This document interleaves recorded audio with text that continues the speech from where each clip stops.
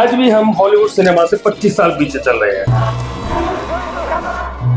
ये अभिनेता देव पटेल हमारे देश के कलाकारों के लिए एक बड़ी इंस्पिरेशन साबित हो सकता है।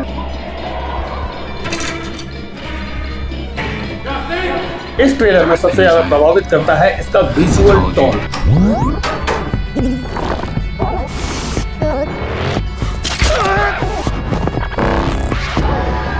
मैं थोड़ा सा घूम गया। You're not scared of me, are you? Till I'm fucking buried in my grave 6 feet deep under but my body won't decay Cause my messages are timeless so they'll put them on display Oh yeah, I rap with a certainty I have a sense of urgency A message for प्रणाम, नमस्कार दोस्तों, कैसे हैं आप लोग। आज हम बात करने वाले हैं एक ऐसे ट्रेलर के बारे में जिसने रहस्य और संगीत से अनोखे डर का माहौल क्रिएट करके रख दिया है।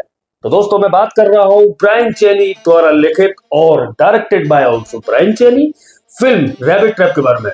दोस्तों ये एक हॉलीवुड फिल्म है जो कि मंगोलिया पिक्चर्स के बैनर तले बनी, जिसमें हमारे लिए सबसे बड़े गौरव की बात यह है देव पटेल, जिसको कि हमने स्लमडॉग मिलियनेयर से जाना या पहचाना था।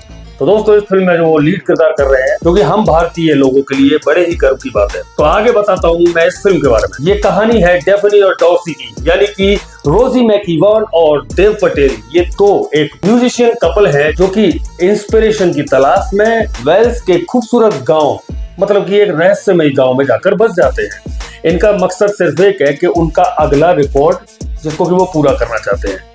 हाँ, लेकिन यहाँ से शुरुआत होती है कहानी की असली ट्विस्ट की। डॉर्सी जब फील्ड रिकॉर्डिंग के लिए जंगल की आवाजें रिकॉर्ड कर रहा होता है तो उसमें एक ऐसी साउंड रिकॉर्ड हो जाती है जो पहले कभी किसी इंसानी कानों में नहीं पड़ी थी।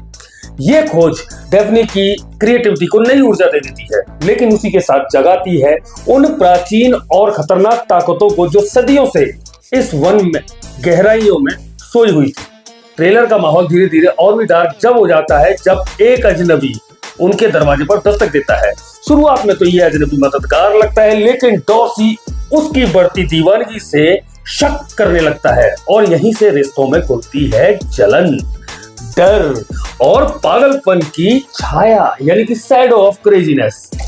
इस ट्रेलर में सबसे ज्यादा प्रभावित करता है इसका विजुअल टोन और बैकग्राउंड साउंड।